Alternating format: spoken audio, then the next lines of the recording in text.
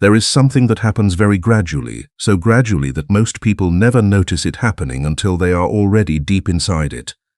A slow, almost imperceptible drift away from the center of oneself.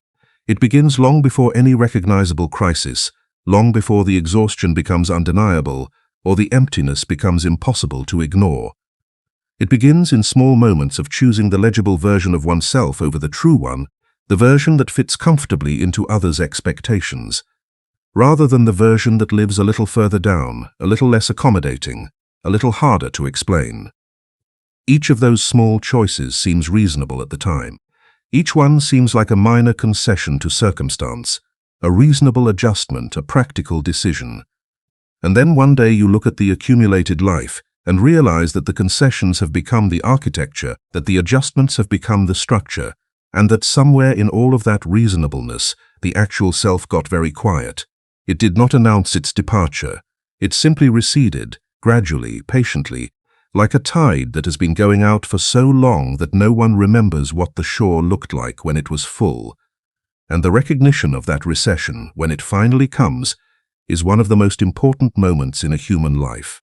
There is a particular kind of exhaustion that has nothing to do with how much you have worked or how little you have slept. It is an exhaustion that lives somewhere beneath the surface of ordinary life, a quiet heaviness that settles in after years of trying to be the right version of yourself for every room you enter. You may not be able to name it precisely. It does not announce itself the way grief does or despair does. It simply accumulates, slowly, almost invisibly, until one day you are sitting alone in the middle of what should feel like a full life, and you realize that something essential has gone quiet inside you, that something, Carl Jung would say, is the self. Not the self that performs, not the self that adapts, not the self that carefully monitors the reactions of everyone in the room before deciding what to feel, but the deep, original, irreducible self that was always there, long before the world began to ask things of you. Jung believed that the single most important psychological task of a human life is not achievement, not social belonging, not even happiness in the conventional sense. It is the ongoing, demanding, often painful process of becoming who you truly are. He called this individuation, and he considered it to be the central movement of the psyche, the direction toward which all genuine inner growth tends. But individuation does not happen automatically, and it does not happen easily, because the world we are born into is full of forces that pull us in the opposite direction, toward adaptation, toward conformity, toward the management of impressions, and the careful regulation of what we allow others to see. And the longer we live under those forces, without questioning them, the further we drift from the living center of ourselves. This is not a lecture about what you are doing wrong. It is not a prescription for how to live differently, and it is certainly not a promise that some simple shift in perspective will resolve everything. What it is, instead, is an honest exploration of a question that Jung spent his entire life investigating, a question that grows more urgent the longer it goes unasked. What does it mean to live from the inside rather than the outside? What does it mean to build a life that is oriented not by the expectations of others, not by the collective standards of the age you happen to be born into, but by the deepest truth of your own interior nature, and what stands in the way of that kind of living, not as an abstract obstacle, but as a living psychological reality that operates within each of us every day? Jung did not arrive at these questions from a place of academic distance.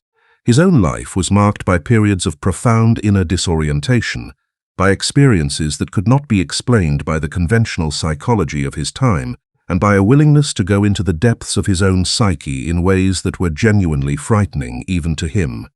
He understood from the inside what it costs to ignore the self, and he understood from the inside what it requires to begin listening to it. The ideas that came from that lifelong inquiry are not comfortable ideas. They do not flatter the ego or offer easy reassurance, but they carry something rare, which is the quality of genuine psychological truth, the kind that lands with a sense of recognition rather than novelty, as though you are hearing named for the first time something you have always known but never had the language to say. The place where most people first begin to feel the pull of this inquiry is not in moments of dramatic crisis. It is in much quieter moments, in the pause between one obligation and the next, in the strange flatness that sometimes follows a success, in the subtle but persistent sense that the life you are living, however functional and even enviable it may appear, does not quite fit. It fits the image of a life. It fits the expectations. It fits the narrative you have constructed, carefully and with considerable effort, over many years. But somewhere underneath all of that, there is a pressure, a quiet insistence from something that has been waiting, and that pressure is the first sign that the self is beginning to make its demands known.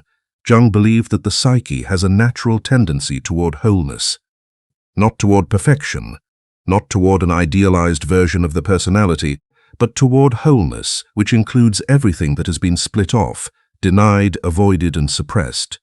The psyche wants to include what has been excluded. It wants to bring into awareness what has been kept in the dark.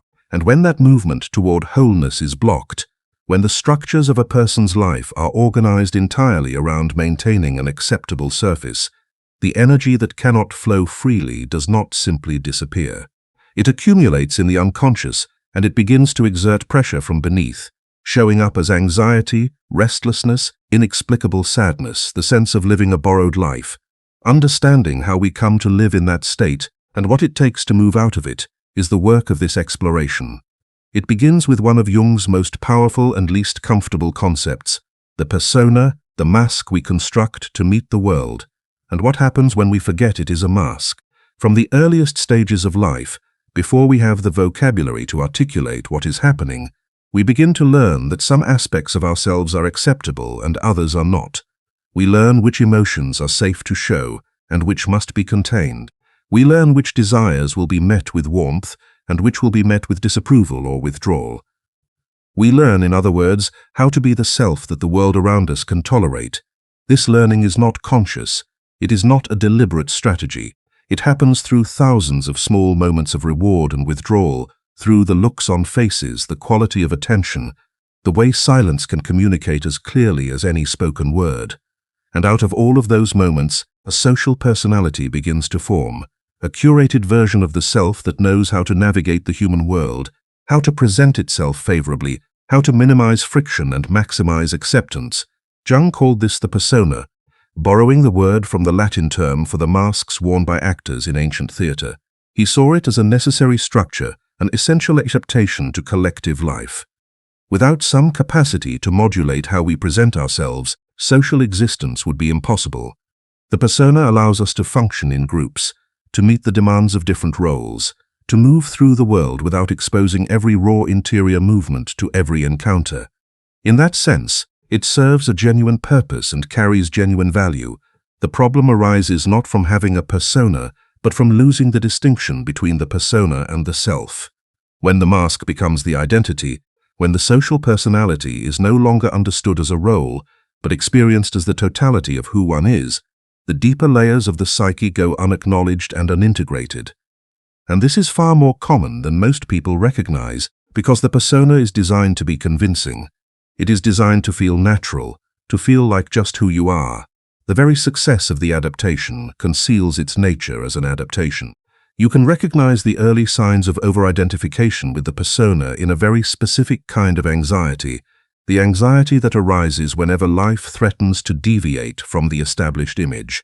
The person who is rigidly identified with their competence feels a disproportionate panic at the prospect of being seen to fail.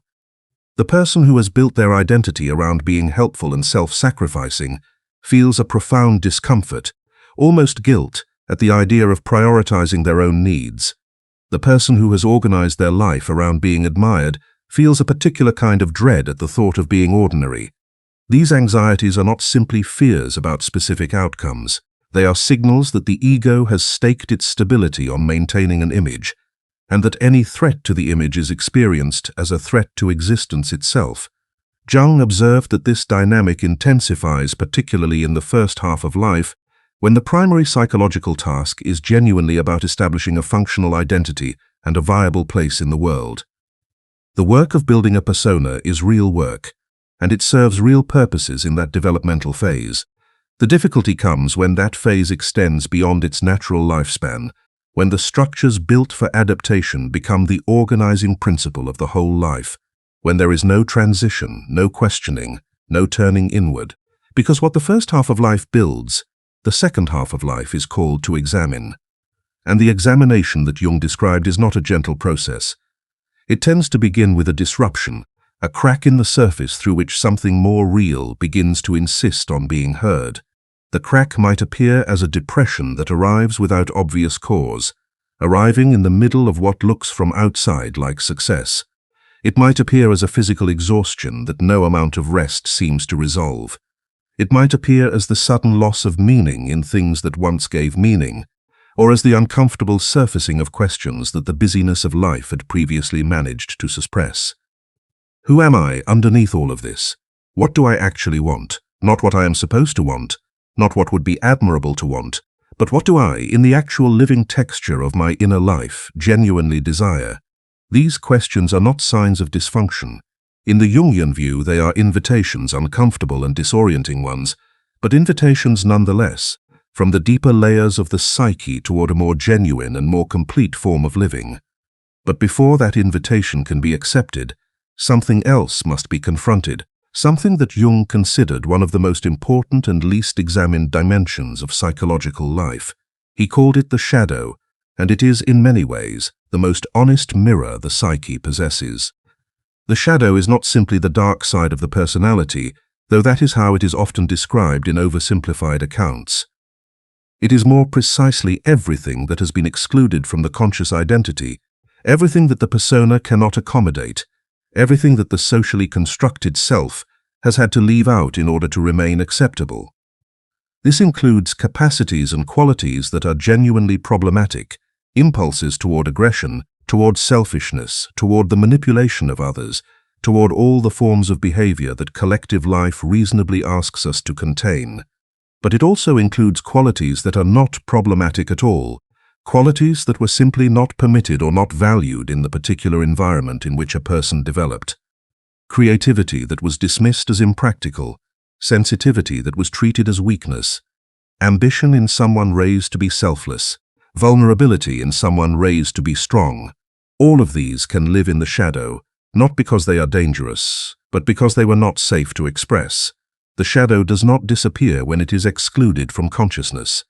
It goes underground, and from underground it continues to exert influence in ways that are difficult to trace, and even more difficult to take responsibility for.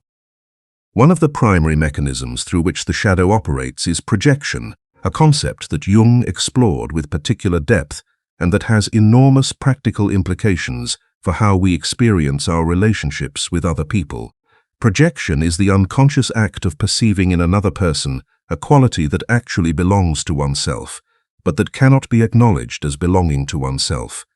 When you have a strong, seemingly disproportionate negative reaction to someone, when another person irritates, infuriates, or disturbs you in a way that seems to exceed what the situation calls for, Jung would ask you to consider whether what you are reacting to in them is something you have not yet been willing to see in yourself.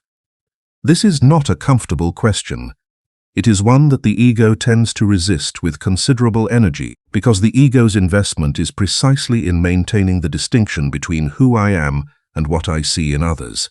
But the regularity and consistency with which we find our strongest reactions in other people, pointing back to our own unacknowledged contents, is striking once you begin to notice it. A person who has suppressed their own aggression may find themselves disproportionately disturbed by others who express it openly. Someone who has denied their own desire for recognition may react with an intensity of disdain toward others who openly seek it. The quality that produces the most charged reaction, the most immediate judgment, the most persistent preoccupation, is frequently the quality that the shadow holds. This does not mean that every negative perception of another person is simply a projection, that every criticism of someone else is purely self-criticism in disguise. Reality is more complex than that, but it does mean that the quality of charge, the emotional heat that exceeds what the situation seems to warrant, is worth investigating as a potential signal from the shadow. The work of withdrawing projections is slow and requires a particular form of honest self-observation that most of us find deeply uncomfortable. It requires being willing to sit with the uncomfortable possibility that the thing you most dislike in another person might be something living in you, not in the same form, not with the same expression, but in some recognizable version. And it requires being willing to look at that recognition, not as a moral condemnation, but as an invitation toward integration, toward claiming a wider, more complete, more honest version of yourself. When projection is withdrawn, something notable happens in the experience of interpersonal life. Relationships that were previously charged with reactive emotion begin to settle into greater clarity. People who seemed threatening or disturbing become simply people with their own complexities and their own inner lives, no longer carrying the weight of your projected inner material. The world, quite literally, becomes less dramatic, because a significant portion of what had been experienced as coming from the world was actually coming from inside. Jung was very clear about this. The less conscious the inner life remains, the more it tends to be experienced as outer fate, as things that happen to you, as the behavior of other people, as the unpredictable and seemingly external pressure of circumstances.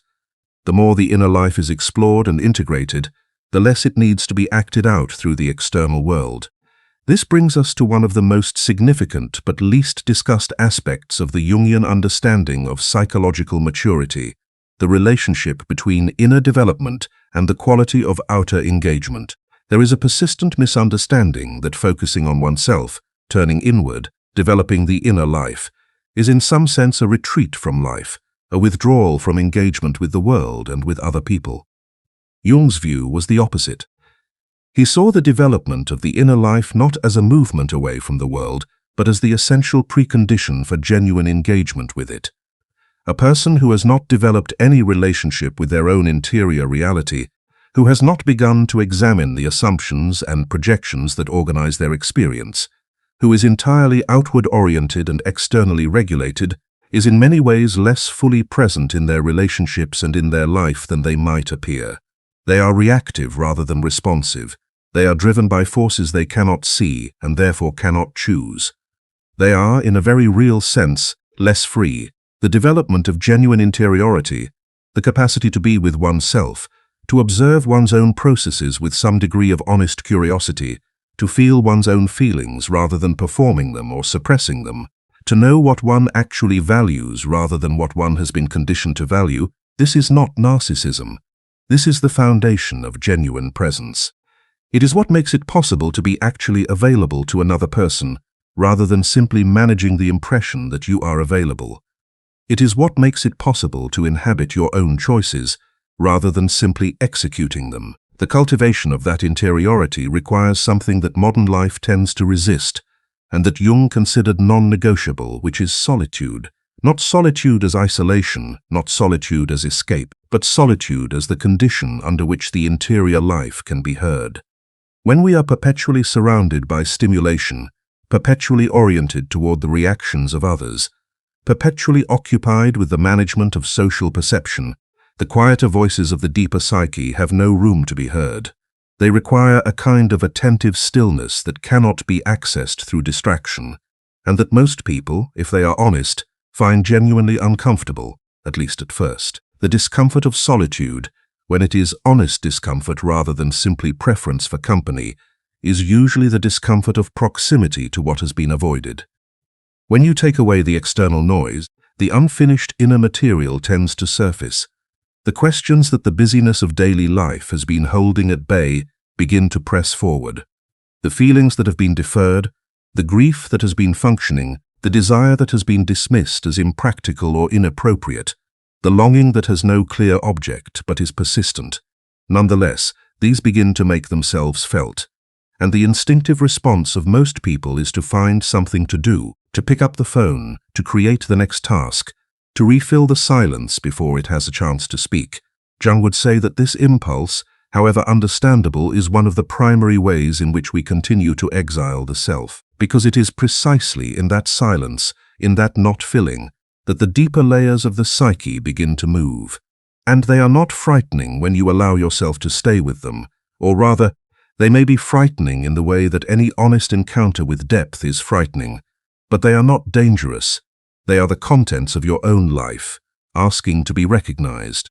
There is a quality of attention that genuine solitude makes possible that cannot be manufactured in any other way. It is the attention of a person who is no longer performing anything, no longer monitoring the impressions they are making, no longer arranging themselves for an external audience. It is attention that can turn toward the actual texture of inner experience, toward what is genuinely felt rather than what ought to be felt, toward what is genuinely valued rather than what is admirable to value, toward what the life is actually asking for rather than what it should be asking for according to the standards of others. This kind of attention is not introspective in the narcissistic sense. It is not self-preoccupation. It is a form of honest witness, and it is the beginning of what Jung meant by knowing oneself. Self-knowledge in Jung's sense is not the accumulation of information about yourself, though information has its place. It is not the ability to describe your personality type or identify your dominant tendencies, though those observations can be useful starting points. It is something more fundamental than that, something closer to a lived, dynamic, ongoing relationship with the full reality of your own inner life, including the parts that are uncomfortable, inconvenient, and inconsistent with the image you have cultivated. It is knowing not just the acceptable self, but the whole self, including the shadow, including the unlived life, including the desires and fears and capacities that have been held in reserve for some indefinitely deferred future, in which it will finally be safe to be fully oneself. This is the psychological territory that Jung described with the term individuation, and it is worth spending time with the actual meaning of that word, because it is often misunderstood. Individuation does not mean becoming an individual in the cultural sense, a self-sufficient, self-defined, autonomous person who needs nothing from others. Jung was not advocating for isolation or self-sufficiency. Individuation is the process of becoming undivided, of healing the split between the conscious persona and the deeper, larger reality of the whole psyche. It is the process of becoming, in the fullest possible sense, oneself, which is not the same as becoming the best version of yourself, or the most successful or the most admired. It is becoming the most real, the most genuinely and fully inhabited version of yourself. The individuation process is not linear, and it does not proceed according to a schedule. It moves through its own rhythms, which are frequently not the rhythms that the social world rewards or even recognizes. There are phases of apparent stagnation that are actually phases of deep interior rearrangement. There are phases of apparent regression that are actually phases of necessary descent, of going back to retrieve what was left behind at an earlier crossing. There are phases of confusion and disorientation that are actually phases of transition between one form of the self and another. Jung saw all of these not as failures of the process, but as inherent to it, as the actual texture of genuine psychological development rather than obstacles to it. This is one of the most countercultural aspects of Jung's vision, because the culture we live in has a very strong preference for visible, measurable, continuous forward progress. Slowness is interpreted as stagnation. Confusion is interpreted as incompetence. The need to step back and go more deeply inward is interpreted as avoidance. But Jung understood that the psyche does not develop on a linear timeline, and that insisting it should is one of the primary ways in which people prevent themselves from completing the developmental tasks that would actually serve them. Real growth is often invisible from the outside. It often looks, from the outside, like nothing much is happening, and the pressure to have visible progress, to have an impressive story of development to tell, can actually prevent the deeper, slower, more essential work from being done. This brings us to a question that sits at the heart of everything Jung explored about the relationship between the individual and the collective. A question about where one orients oneself, about what serves as the primary point of reference for how one lives. For much of human history, and for much of individual human development, that primary reference point is external. It is the expectations of others, the standards of the community, the collective values of the time and place one inhabits. This is not simply weakness or laziness, it is, in the early phases of development, a genuine necessity. The self needs the collective as a mirror, needs the feedback of the social world to develop any sense of its own shape. But there comes a point, in Jung's view, where continued reliance on that external reference point becomes a limitation rather than a support, where the orientation toward what others think, toward what the collective approves, toward what the social world will recognize and reward, actively prevents the deeper development of the individual. The move from external to internal orientation is one of the most significant transitions in psychological life, and it is rarely straightforward. Because the external orientation has been the organizing structure for so long, moving away from it feels, at first, like losing orientation entirely. When you stop using others' approval as the primary confirmation that you are doing things right, when you stop checking your value against the comparative standard of other people's visible lives, when you stop living according to the script that was written by others' expectations, what do you have left? The answer, in the Jungian view, is everything that was always actually yours, the inner sense of what has genuine meaning for you, the felt knowledge of what is aligned with your own nature, the quiet but persistent signal that comes from the deeper self when you are living in accordance with its reality rather than in opposition to it. But accessing that inner orientation requires something that most people have been actively discouraged from cultivating, which is trust in their own inner experience. The culture of external validation that shapes most modern lives is built on the implicit premise that the inner experience is unreliable, that feelings are not trustworthy guides, that desires are not legitimate reasons for action, that the only valid standards are those confirmed by external authority. This premise serves certain purposes of social organization. It also, when taken to an extreme, produces people who are profoundly disconnected from their own inner reality, who genuinely do not know what they feel, what they want, or what they value, not because those things are absent, but because they have never been given permission to matter. Jung was deeply suspicious of the tyranny of collective standards over individual experience. He did not mean by this that collective values are worthless, or that social reality is an illusion to be dismissed.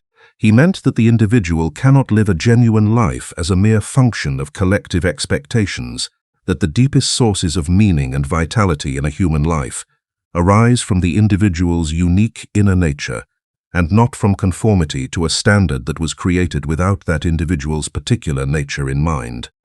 He believed that the collective benefits most not from individuals who lose themselves in it, but from individuals who have developed enough interiority to bring something genuinely their own to it, something that could not have been produced by mere adaptation and compliance.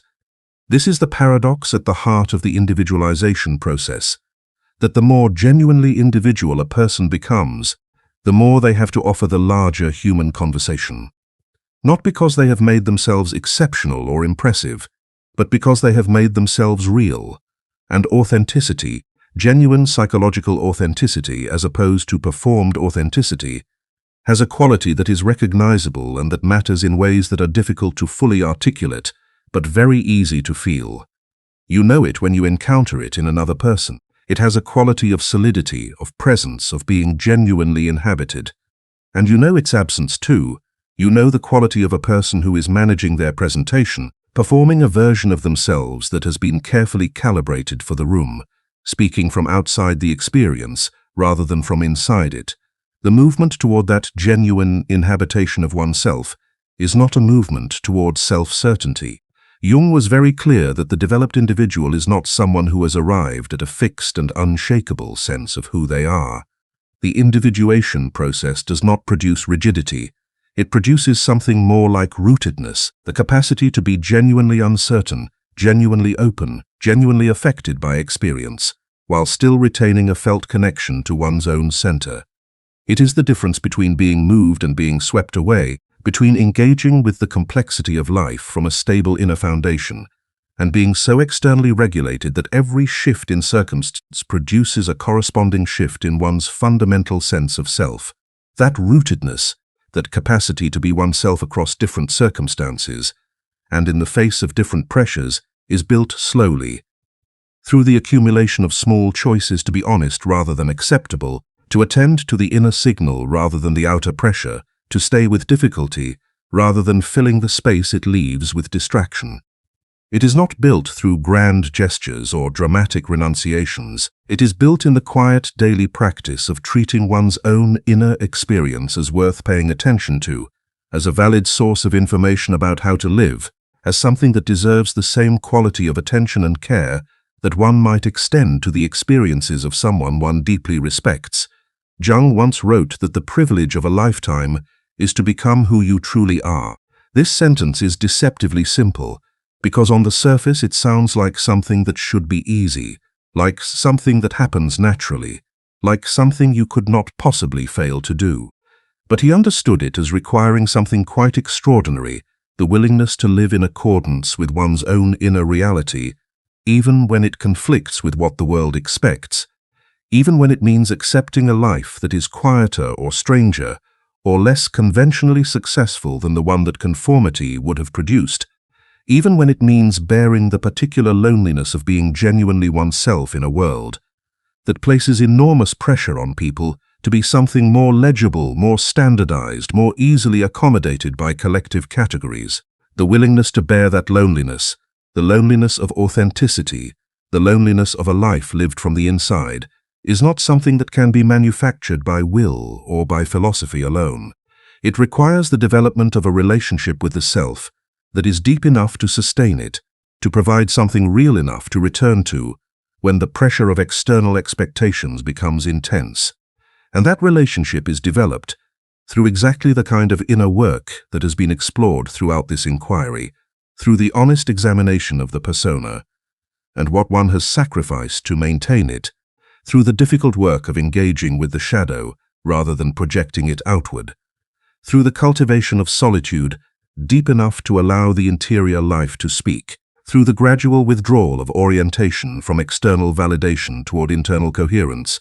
None of this is once and done. Jung was emphatic that individuation is a lifelong process, not a destination that can be reached and then resided in comfortably. The psyche continues to develop.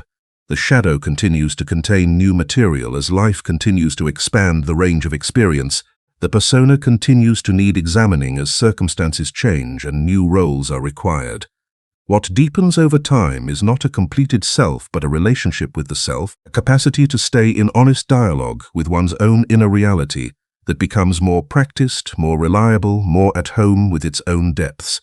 And it is that relationship, more than any particular achievement or any particular form the life takes, that Jung understood as the genuine measure of a life well lived.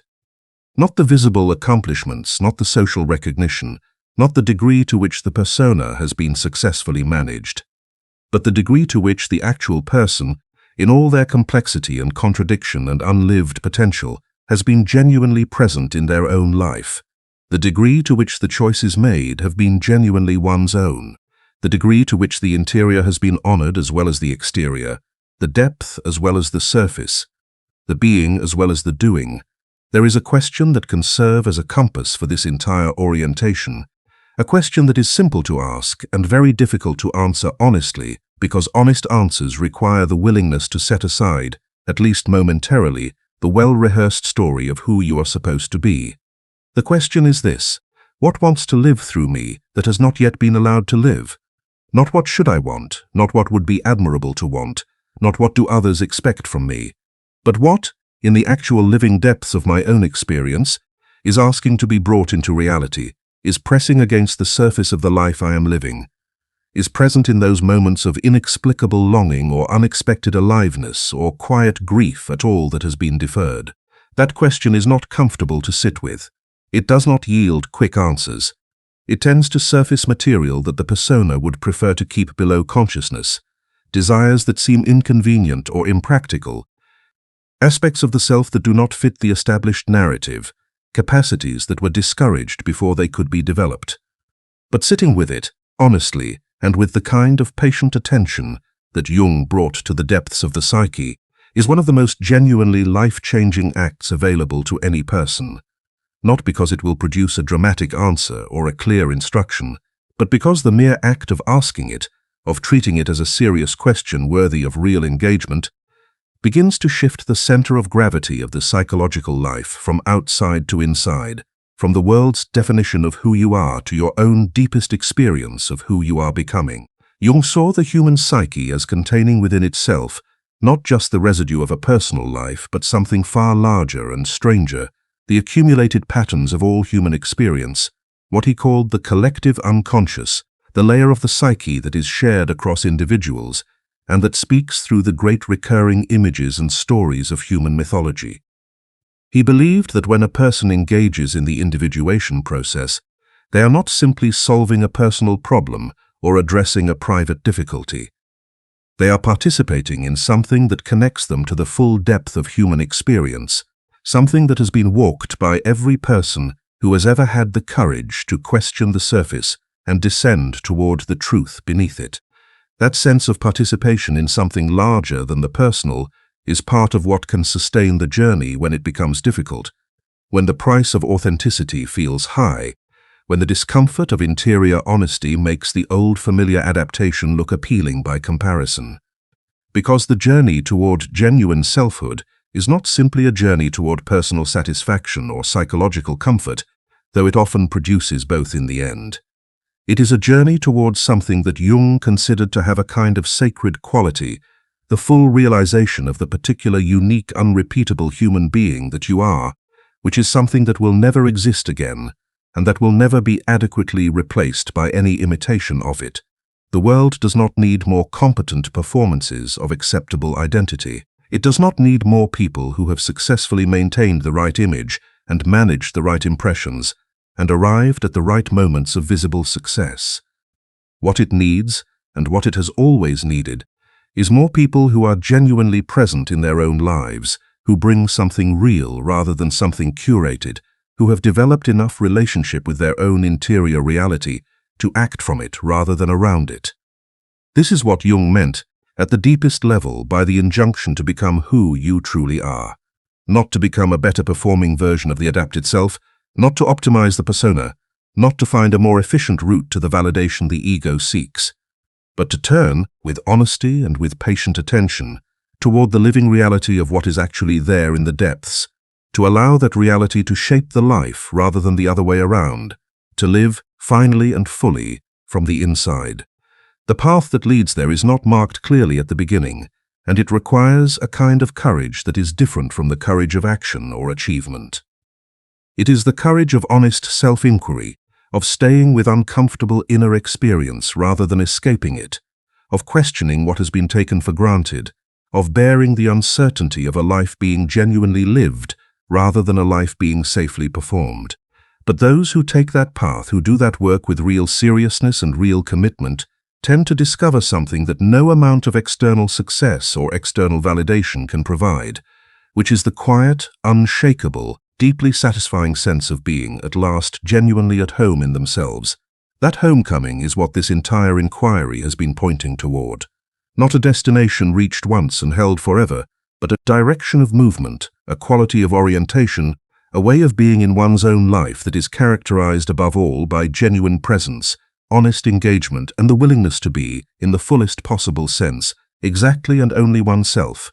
The journey is never finished, but it is always worth beginning, and it begins as it has always begun, in the same place, in the quiet turning of attention inward, in the willingness to ask the question that matters most, and in the patience to stay present long enough to begin to hear the answer.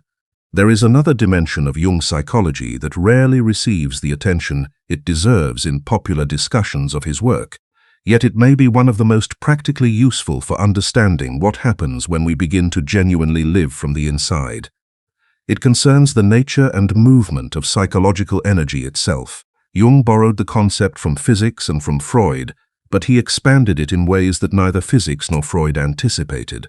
For Jung, psychic energy, which he sometimes called libido in a general sense that had nothing necessarily to do with sexuality, is the vital force that flows through the psyche and gives life its felt quality of aliveness and direction. This energy is not fixed in its targets. It moves, it distributes itself, it concentrates and disperses, and the patterns of its distribution reveal more about a person's actual psychological life than almost any other form of self-knowledge. When a person is heavily invested in maintaining an external orientation, when the primary organization of the psychological life is around managing appearances, securing approval and performing the persona, an enormous proportion of available psychic energy goes into that project, and that is energy that is correspondingly unavailable for everything else.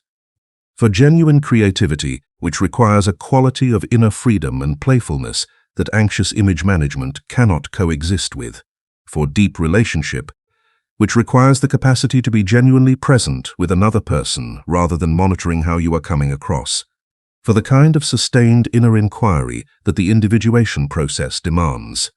For the simple, irreplaceable experience of feeling fully alive in one's own life, Jung observed that when people are deeply identified with the persona and locked in an externally oriented mode of functioning, they often report a paradoxical inner deadness alongside their outer activity. They can be extraordinarily productive, reliably functional, impressively consistent in their performance of their roles, and yet feel, in the moments when the performance pauses, a strange emptiness that has no clear cause. This deadness is not depression in the clinical sense, though it can tip into depression when it becomes chronic enough.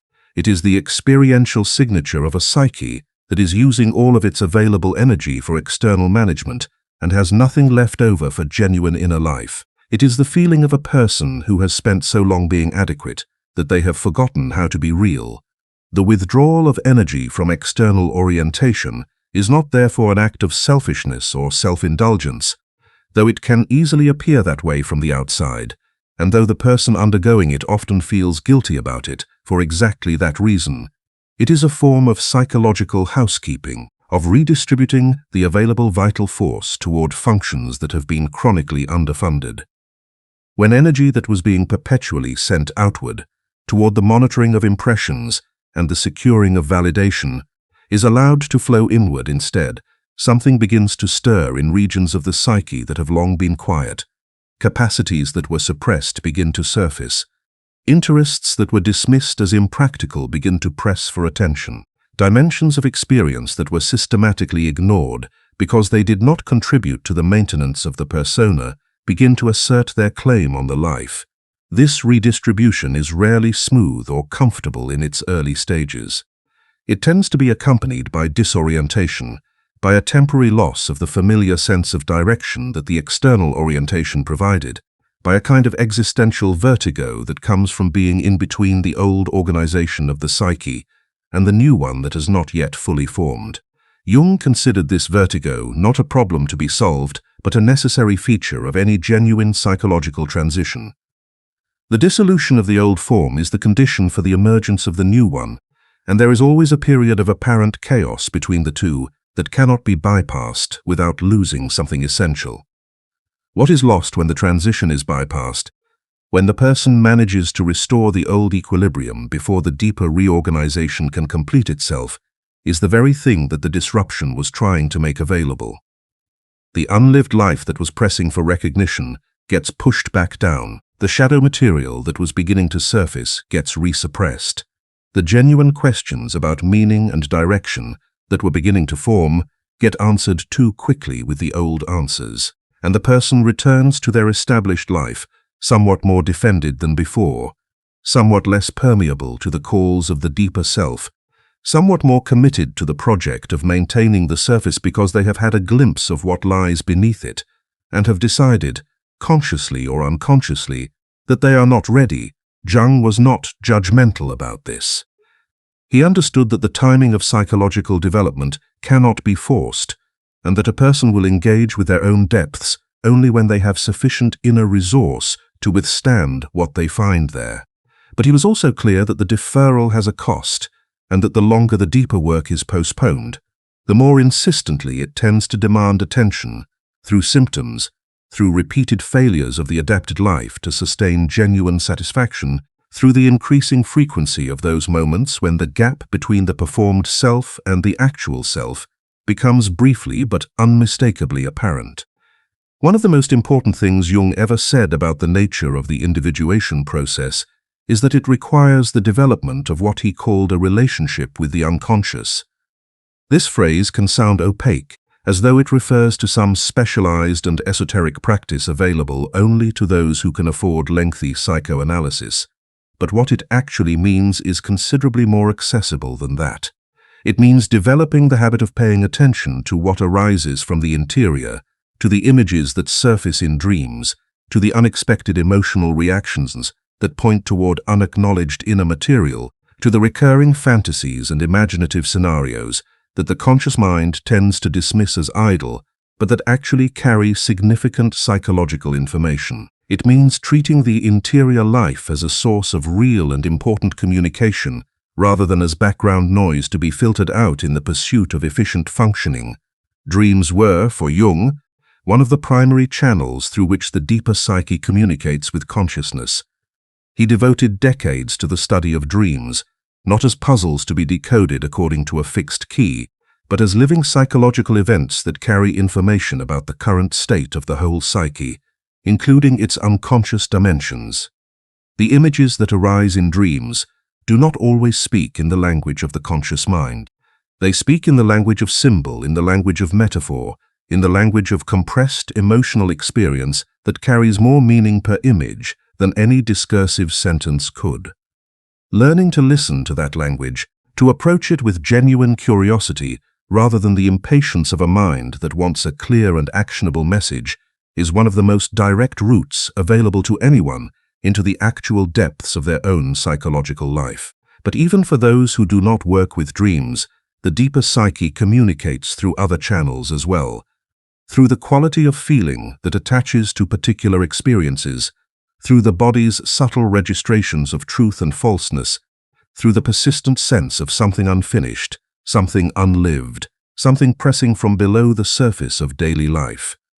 Paying attention to these signals, not as symptoms to be managed but as communications to be heard, is the basic practice of the inner life as Jung understood it, and it does not require any special technique or any professional guidance, though both can help. It requires only the willingness to slow down enough to notice, and to take what is noticed seriously enough to sit with it, rather than immediately moving on.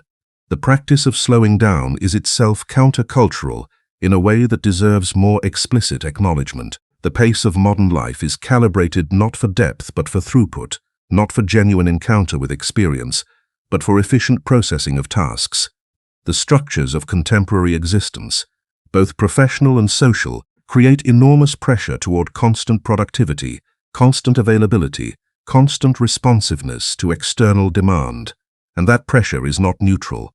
It actively works against the development of any genuine inner life, because inner life requires time, requires patience, requires the capacity to be with something without immediately resolving it or acting on it.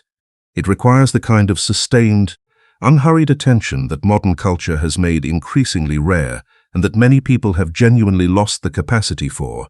Jung himself lived at a pace that was considered unusual even in his own time.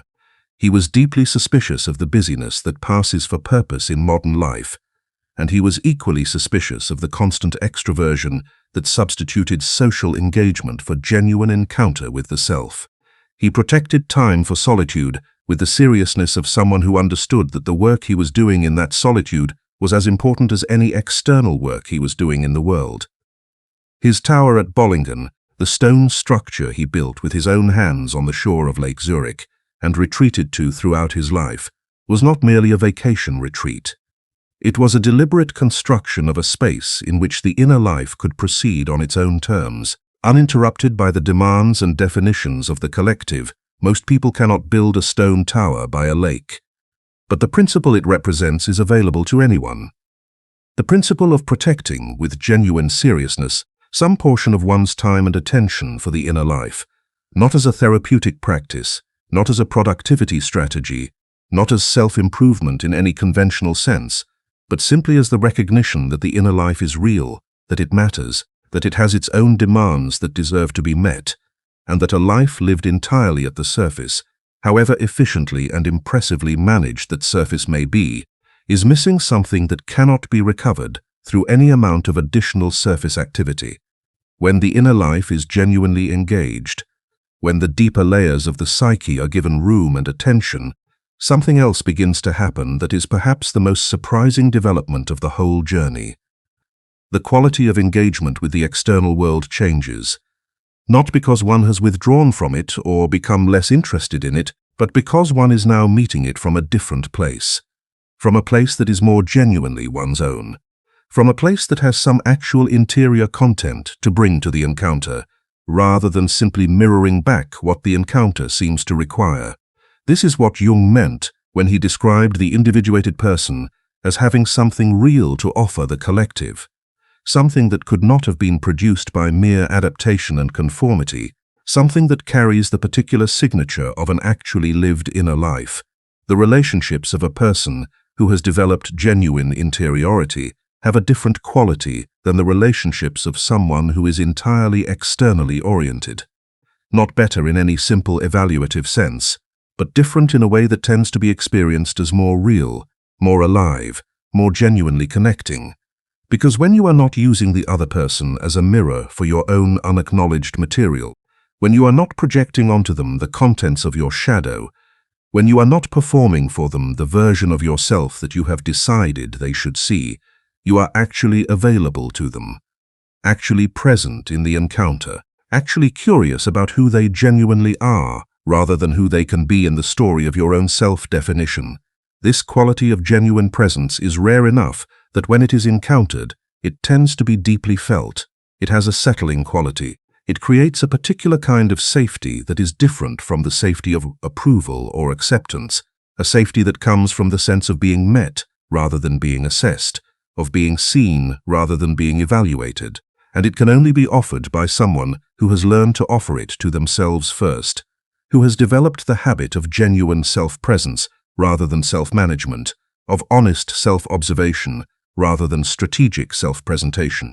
Jung's whole vision of psychological maturity, at its most essential, is a vision of what becomes possible when a human being stops living primarily in relation to how they appear and begins living primarily in relation to what they actually are. This shift does not resolve the tensions and difficulties of human life.